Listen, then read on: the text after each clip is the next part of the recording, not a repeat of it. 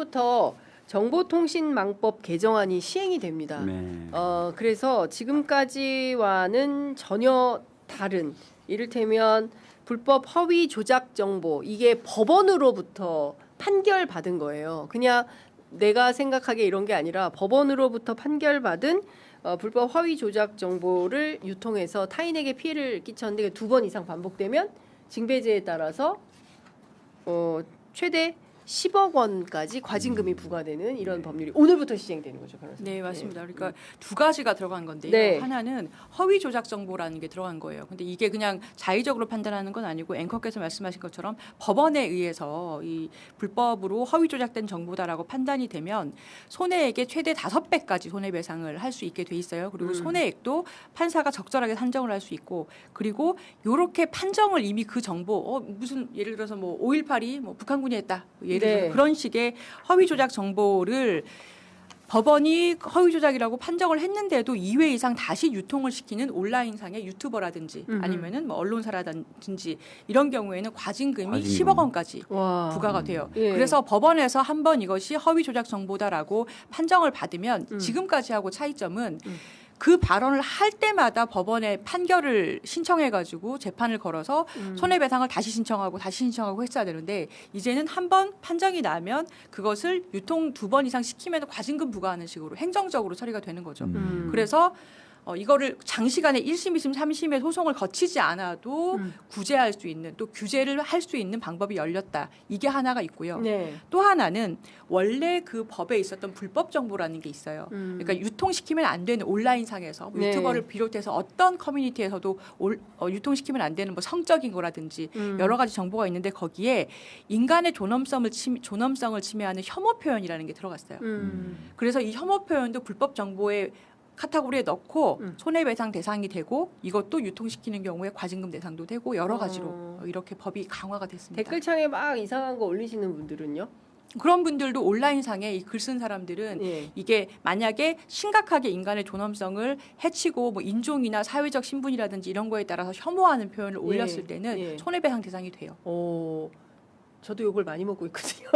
요새 좀 많이 먹으시더라고요. 그죠? 아니 저는 납득할 수 없어요. 그래서 요새 하여튼 뭐 그런, 근데 저뿐만이 아니라 많은 분들이 이제 그 일종의 이상한 멸칭에 시달리는 분들이 있어요. 그러니까 일종의 뭐 댓글창에 그런 것도 달려요. 장 기자님 좌표 찍히셨던데 뭐 이런 거를 하는데, 너무 도가 지나친 그런 혐오 표현들은 다들 이게 최대 10억 원까지 과징금 대상 처벌을 받을 수 있으니까 오늘부터입니다. 이상한 댓글 올리지 않도록 하시면 좋을 것 같고요. 사실 근데 이게 뭐 표현의 자유와 관련해서는 여러 논란이 있어요. 의원님은 어떻게 보세요? 이게 표현의 저는 자유를 이 법이 통과될 때 이제 기권했었어요. 기권했었던 이유는 뭐냐면, 사실 이제 혐오 표현이라든지 또는 허위 조작 정보에 대한 통제는 필요한데, 네. 반면에 이제 사실적시 명예훼손도 좀 같이 폐지해서 표현의 자유는 보장하되, 네. 허위 조작 정보는 통제하자. 이게 이제 제 취지와 제 입법 제가 예. 발의했던 법안의 내용이었거든요. 예. 그런데 사실적시 명예훼손은 존치된 형태로 이 법이 통과됐어요. 그러니까 저로서는 어떻게 해야 사실적시 되지? 명예훼손 폐지도 해서 하면서? 표현의 자유를 확대 보장하면서 네.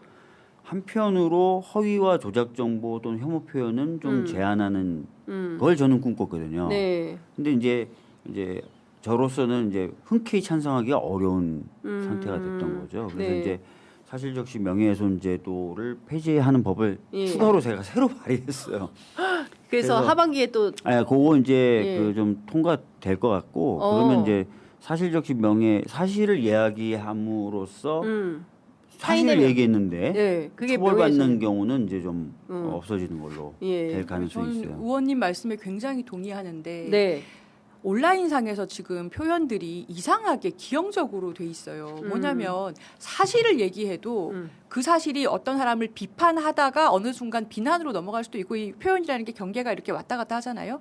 그런데 어떤 사람의 명예를 훼손시키면 사실적시 명예훼손으로 처벌을 해서 그 부분에서는 오히려 말을 못하게 막고 그런데 온갖 혐오 표현이라든지 아니면 가짜 조작 정보가 판치는 뭐 온라인의 뭐 유튜브라든지 이런 곳에서의 표현들은 그동안 규제의 대상에 또 안 들어왔었단 말이에요. 그래서 이번에 정보통신망법 개정안 통과가 좀 의미가 있는 거고 아까 그 사실적시 명예훼손죄의 폐해를 제가 하나 말씀을 드리면 성범죄 피해 같은 것을 회사에서 당해서 이 김 부장이 나에 대해서 성범죄했어. 이거 어떻게 하면 좋을까요?라고 직장 동료에게 상의를 하는 경우에 네. 이게 그 김 부장의 가해자의 명예를 훼손했다고 사실적시 명예훼손으로 처벌이 돼요. 벌금 100만 원 나옵니다. 그래서 오히려 이 성범죄 피해자의 입을 막는 그렇게 악용이 되고 있어요. 네. 그래서 이 남성 가해자들이 일단은 내가 가해를 했을 때 이게 회사에서 걸리면 일단 명예훼손죄로 고소하자. 그래야 마타비를 볼 거 아니냐. 네. 이런 식으로까지 합의로 악용되는 그런 지금 실태예요. 그래서 사실을 적시해서 명예를 훼손한다라는 죄는 사실은 박 의원님 말씀처럼 폐지되는 게 맞아요. 아라하님께서 AI가 더 보편화되면 혐오 표현이 더 심해질 것 같아서 무섭습니다. 그렇습니다. 예, 이런 그러니까 말씀. AI는 다 뭐 유튜브도 알고리즘이잖아요. 맞습니다. 예. 근데 이 알고리즘도 인간의 뇌를 모방한 거거든요. 예. 뇌가 좋아하도록 설계된 거고 예. AI도 사실 인간의 뇌를 학습합니다. 그러니까 인간의 뇌는 불편한 얘기 별로 안 좋아하고요. 듣기 싫어한 거. 자기가 편한 즐기고 거. 좋아한 거 이걸 예. 계속 찾게 돼 있어요. 맞아요. 그래서 유튜브도 그런 걸 제공해주고 예. AI도 아부한다는 거잖아요. 예, 그렇죠. 이 답변을 내놨을 때 예, 예. 이용자가 좋아할 만한 예. 답변을 해서 계속 검색하게 예. 만든다는 건데 예. 그러면 이제 편향성 이게 굉장히 심각해지는 그렇죠. 거고 그러니까 유튜브도 편향된 걸 보게 되고 검색해서 나온 답도 편향된 답을 우리는 그렇죠. 계속 접하게 되고 예. 그래서 경험의 멸종 뭐 이런 책도 지금 나오고 예, 있잖아요. 예, 예. 그러니까 점차 직접 경험해보고 이런 건 아니고 예.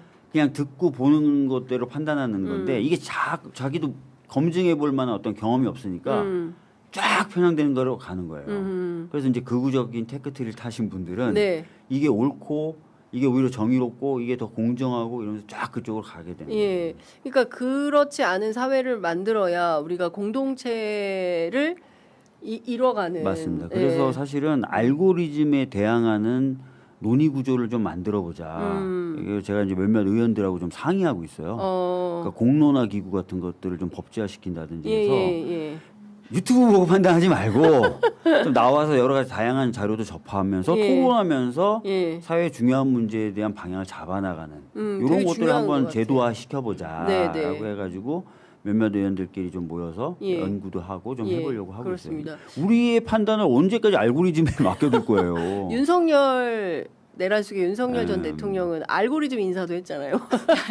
아니 내가 막 극우 유튜버들이 막 지금 주요 얘기하는데 예. 윤석열이 그렇게 대통령실이나 이런 사람들한테 극우 네. 유튜버 몇 개를 추천해줬대 보라고. 보라고. 예. 야. 이게 자기가 거기 푹 빠져 있었던 거야. 그렇죠. 예. 아니 그 유명한 일화가 있지 않습니까? 그 뭐더라?